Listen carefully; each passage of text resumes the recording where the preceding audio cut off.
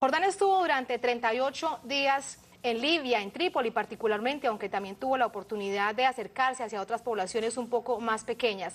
Jordán, una vez regresado, de esta experiencia periodística intensa, esa reflexión con la que hoy miras un poco ya en esa posición de testigo lo que ha sucedido en Libia.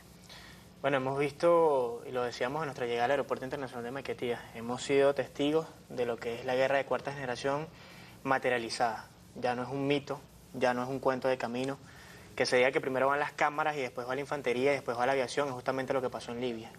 He venido contando de que la noche antes de llegar a Trípoli estábamos en Roma, veíamos por televisión. Nadie mostraba una imagen, pero todos los canales decían que Trípoli estaba en llamas, que Gaddafi se había vuelto loco y estaba bombardeando a la población civil, que la ciudad estaba en caos, y conversaba con Jesús Romero, con mi camarógrafo, y le decía: ¿a dónde vamos? ¿A qué lugar vamos? Llegamos a Trípoli, fuimos el primer equipo de prensa internacional que llegó a la capital de Libia. Eso es importante decirlo porque había mucha especulación, de hecho no había nada de información, simplemente se hablaba, se dice que en Trípoli está pasando tal cosa, pero nadie mostraba una imagen hasta ese momento.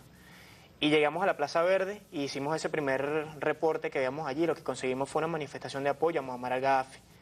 Y decidimos grabar y abrir la cámara, y eso pues trajo toda una reacción internacional, de hecho, sobre el papel que estaba haciendo Telesur y los medios de comunicación en este conflicto.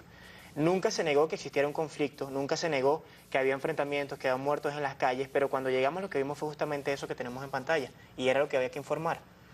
No es lo mismo decir que un gobierno está bombardeando, está matando gente, a decir que hay un grupo armado y que el ejército está combatiendo a ese grupo, sea cual sea la causa, sea cual sea el motivo. No es lo mismo hablar de un bombardeo, de un genocidio, de asesinato a civiles desarmados, que hablar de gente que está armada y está combatiendo al ejército. Y eso fue lo que hizo justamente el equipo de Telesur cuando llegó, y eso fue lo que generó toda esta matriz, todas estas, sobre todo en internet, ¿no? Fuimos sumamente atacados, fuimos señalados por grandes cadenas internacionales que no tenían Que un después reportero. eso se fue evidentemente desvirtuando porque se contaba esa verdad. Claro, La cuando fueron verdad que llegaron. estabas allí contándole esos ojos de Telesur allí en Trípoli. Claro, nosotros llegamos el 23 y el segundo equipo de prensa internacional llegó el día 26, llegó 3 días después. De ¿Qué hecho, equipo era? fue un equipo de la BBC de Londres, unos que hicimos pues una relación ya una vez cuando estábamos instalados en el centro de Trípoli, pero eran 3 días después, y en esos 3 días de hecho el equipo de Telesur fue detenido 2 veces, fuimos apresados 2 veces y todo ¿Por aquello qué que sabemos. razones? Porque es un estado que está bajo amenaza de guerra. En ese momento era simplemente una amenaza, pero estaba el temor. Y los servicios de inteligencia en la calle y las fuerzas policiales estaban atentas, sobre todo ante los medios de comunicación. Y como yo decía en los contactos, el enemigo en este momento es la prensa. Porque la gente en la calle siente, y de hecho todavía lo deben sentir, que las cámaras de televisión son las responsables de lo que está pasando en este momento en Libia. ¿Y cómo fue con esa coyuntura, con esa circunstancia, tratar de informar, tratar de obtener el testimonio de la gente ante una circunstancia tan adversa como esa? No sentir que ustedes eran los enemigos. No, sumamente complicado, sumamente difícil. De hecho, nosotros llegamos el 23, como te decía, ese día fuimos detenidos, estuvimos 5 horas detenidos. Luego salimos el 26 y decidimos salir sin la cámara, salimos a grabar con un teléfono, que fue como la herramienta que se comenzó a usar para no llamar tanto la atención. Fuimos nuevamente detenidos, el teléfono se perdió. Y era muy complicado, pero justamente esa noche Saif al-Islam, el hijo de Muammar al-Gaddafi, hace la invitación a la prensa internacional, y por esa Para que invitación, visite el país, claro, y por lo esa invitación recordamos. somos liberados. Hubo una especie de apertura, pero igual el sentimiento estaba ya arraigado en la gente. Ya la gente sentía que la prensa, que el micrófono y que la cámara eran el enemigo.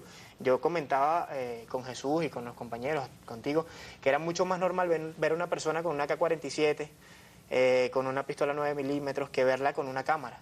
Es algo complicado y tal vez tenga que ver con algo cultural también, pero es sumamente difícil salir a informar así cuando la gente puede cargar un arma automática en la calle, pero no puede cargar una cámara. Eso te convierte en un blanco de cualquiera. Entonces podía ser blanco de la oposición, podía ser blanco de grupos radicales, podía ser De blanco de cualquiera. cualquiera, y eso hizo muy, muy complicado el trabajo.